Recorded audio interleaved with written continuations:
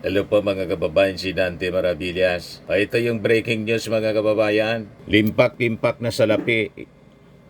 110 million cash mga kababayan ibinalik ni Henry Alcantara sa gobyerno. Engineer Henry Alcantara Breaking news Nasa 110 million binalik ni ex-DPWH District Engineer Henry Alcantara sa gobyerno sa pamamagitan ng kanyang abogado bilang bahagi ng restitusyon, ayon kay Justice Acting Secretary Frederick Vida. Yan po yung tamang aksyon.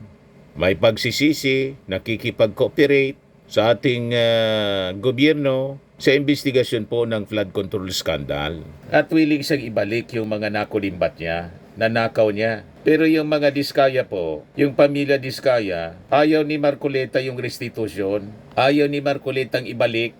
Bakit kaya? Diba, mga kababayan? I'm not defending them. Marcoleta on Diskayas, as he insists, restitution not required for WPP, Witness Protection Program po. Saan ka nakakita? Abogado ka ng nag-abogado. Senador ka ng Pilipinas. Parang nag-abogado ka na ng akusado sa investigasyon ng Senado. Habang ang papel mo dapat bilang senador, nandun ka sa interes ng ating mga mamamayang Pilipino. Nandun siya sa interes ng Diskaya. Gusto niya, hindi requirement. Sa WPP po, yung restitution. Buti na lang ngayon mga kababayan. Maganda yung balita. 110 million cash, cold cash, binalik ni Engineer Alcantara. Ito yung sinasabi natin mga kababayan Yung ating Pangulong Bongbong Marcos, madaling kausap. Kung ito sana yung gawin ni Saldico, nagpagamit si Saldi sa mga Duterte. Di ba po? Kabayan, pag-isipan mong mabuti. Pwede mo man ibalik. Tulad ni Alcantara, pwede mong gawin uli. Yung mga substandard, pwede mong i-repair. Yung mga ghost projects, di gawin mo uli. I-implement mo yung project, imbis na ghost. Ganun lang naman. At no cost to the government, sabi ni President Bongbong Marcos. Pero at this point, at this time, medyo malabo na yan. Kasi nagkasakita na po. Napakaseryoso po ng mga aligasyon ninyo na in-implicate ninyo buong pamilya na. At ang latest, sa issue ng importation ng bigas, sinabit pati si First Lady Lisa Marcos. Kaya galit po galit si Tio Laurel. Ito yung pa-press con kahapon ni Tio Laurel. Of course, we had our pleasantries. And basically, ang hiningi sa akin ni Saldico ay kung pwedeng bigyan daw sila ng import allocation for sugar or 200,000 metric tons of refined sugar. Bumuelta po. For the year Rinis bakan si Saldico. Nagulat ako sa sobrang laki ng kanyang request. So I just said, I will look into it. Tumawag ako kaagad after the meeting kay SRA Administrator Pablo Ascona at naikwento ko itong request sa kanya. And it was very timely that we had the final draft of the sugar importation allocation system to level the playing field. Kaya immediately, nilabas namin yung noong March 8, 2024, ang Sugar Order Number 3 series of 2023 and 2024. Itong Sugar Order Number 2 ang naging basihan ko sa pagtanggi sa kanilang request. Ito yun. Papakita namin mamaya. May papel siya, ebidensya, hindi kwento lang. Sibuyas. Bakit tumaas ang presyo ng sibuyas nung panahon na yun? Supply and demand issue.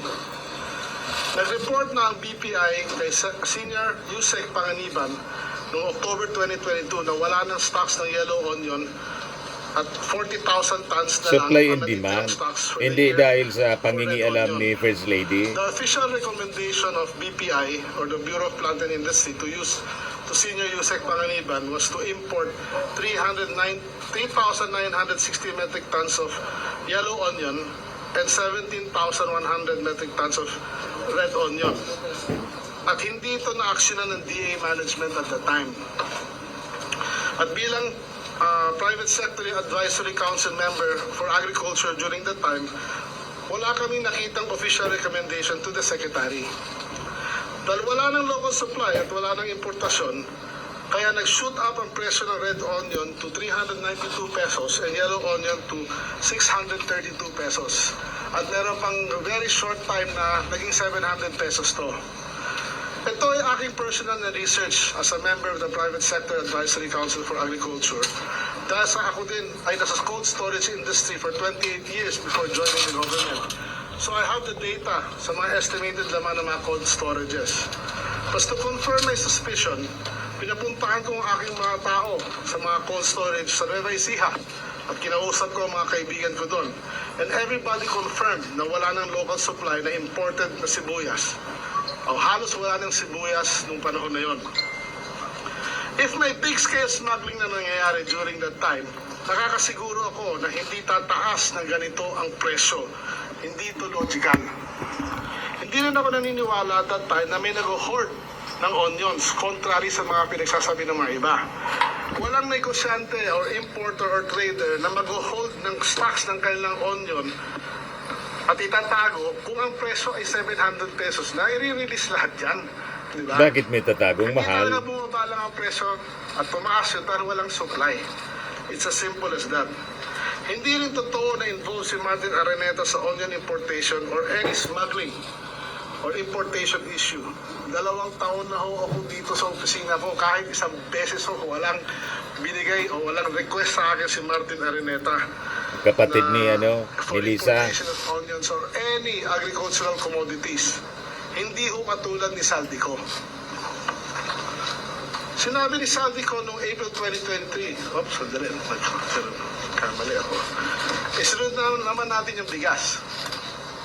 Sinabi si Saldico noong April 2023 ay nagrekomenda siya ng 13 million metric tons na importation ng bigas kay Speaker Martin Romualdez para bumagsak ang presyo ng bigas sa ating bansa. Ay nako, buti na lang hindi siya nasunod. Dahil ang 13 million metric tons na bigas ay katumbas ng 20 million tons of palay. Yan ang kabuuang produksyon na pinaghirapan ng ating mga magigiting na magsasaka sa buong bansa sa loob ng 1 taon. Gusto pala niyang patayin ang kabuhayan ng ating mga magigiting na magsasaka habang pinag-iinteresan ni Saldico ang kaban ng bayan. Tungkol sa taripa, totoong nagtawag ng meeting si Speaker Martin Romualdez sa Polo Town Homes para pag-usapan ng taripa. Ang totoo niyan, ang rekomendasyon ni Saldico ay 0% tariff. Hindi kami ni Secretary Recto pumayag sa zero tariff na kanyang suggestion. Ang position ni Sec Ralph during that time ay 20% and the DA's position was 25%. Ang final recommendation namin ay naging 15% dahil masyadong mataas ang world market price during that time. Tungkol sa pagbababa ng presyo ng bigas, bagamat ginawa ng 15% ng taripa ng July 2024, sinabi ko sa kanila, simula pa lang, hindi ganun kabilis ang pagbaba ng presyo ng bigas.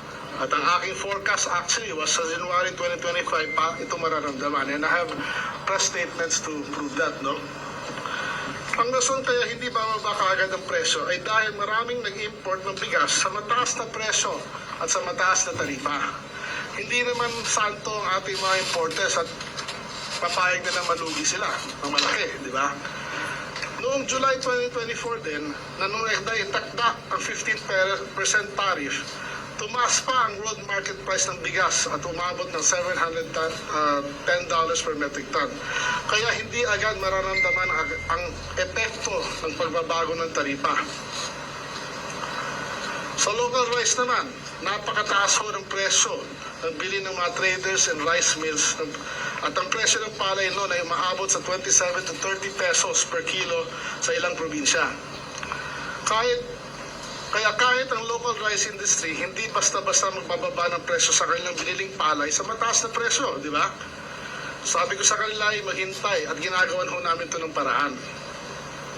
At ang unang solusyon sa pagbababa ng presyo sa merkado ay pag-implement ng Department of Agriculture ng P29 Rice for All program. Diba yung 29 peso rice natin noon? Ang mga sumusunod doon ay pag-impose ng MSRP maximum suggested retail price na naging very effective sa pagbaba ng presyo ng bigas sa merkado. At nasaksihan niyo ito, lalo na sa mga media dito na sumama sa aming pag-iikot-ikot, di ba? Yun yung naging clincher eh. Kaya na magpapatunay nito. Tungkol sa allegation na pinahinto ko ang Quintacom hearing dahil may pinakita daw akong isang confidential report na nakasad ang pangalan ni First Lady Lisa Araneta Marcos mismo sa hawak, mismo ang may hawak ng rice importers at involved sa rice smuggling, ito ho ay walang katotohanan. Fabricated lie ho to. Napakasinungaling talaga niya. The First Lady has never meddled in any DA matters. Hindi kailanman nakialam ang ating First Lady. Ito ho yung confidential report na sinabit namin sa Kongreso. Wala ho pangalan ni First Lady dito. Napakasinungaling talaga. Sandali, may tumatawag. Kahapon ng pahayag si Kong Martin Verga bilang Committee Chair of Agriculture and Co-Chair of the Quintacom na illogical and absurd ito. Hindi rin totoo na pumunta ako sa Manila Polo Townhomes para pagalitan lang nila. Hindi rin ako humingi ng paumanhin sa kanila. I do not use the word naive. It is not part of my vocabulary. Medyo social yun yata. Tuwing ako ay napupunta ron for official business only, specifically for the department's legislative agenda. Sa isda naman tayo. Nakita nyo at narinig ang aking sinabi sa Kongreso na siya mismo, si Saldico, ang humingi sa akin ng 3,000 containers of imported fish para ipasok sa kanyang nominated companies. Ito po yung kanyang text sa akin. Evidence ko to. Kompletong ebidensya po, hindi lang kwento. Ako, pwede kong pakita sa inyo to.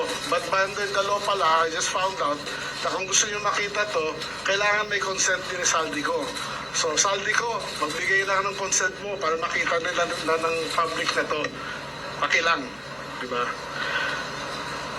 Malinaw na hindi ko siya pinagbigyan at alam niyo ng lahat yun.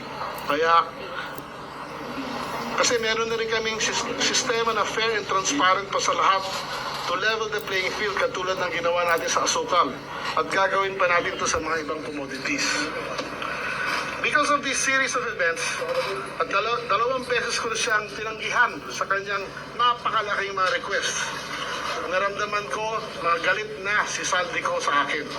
At gumagawa na siya ng hakbang to destroy my credibility. Inumpisahan na niya akong siraan kay Speaker Martin Romualdez at sa kanyang core group sa Kongreso at that time.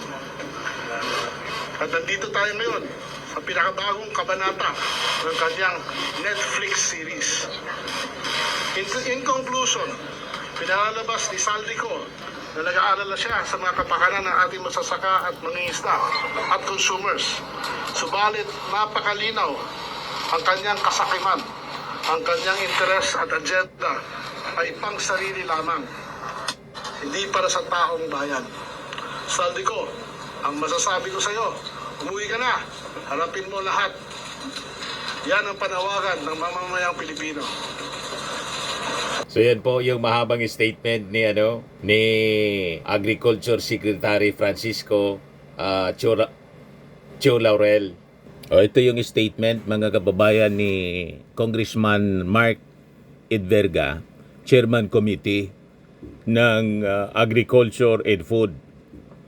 Sabi niya, baseless and illogical niya yung naging akusasyon ni Saldico. Walang basihan. Nauna nang sinabi ni Saldico na hawak umano ni First Lady Lisa Marcos ang rice importers. Inakusahan din niya ang kapatid nitong si Martin Araneta bilang isa sa mga may kontrol sa importasyon ng sibuyas. Sabi po ni Mark Enverga, on rice importation and smuggling, the House conducted multiple full hearings to address high price in supply chain irregularities. At no point was there any instruction, letter or directive from any official to suspend or halt the inquiry. Kaya sinabi niya, baseless niya, illogical and completely contradicted by the facts.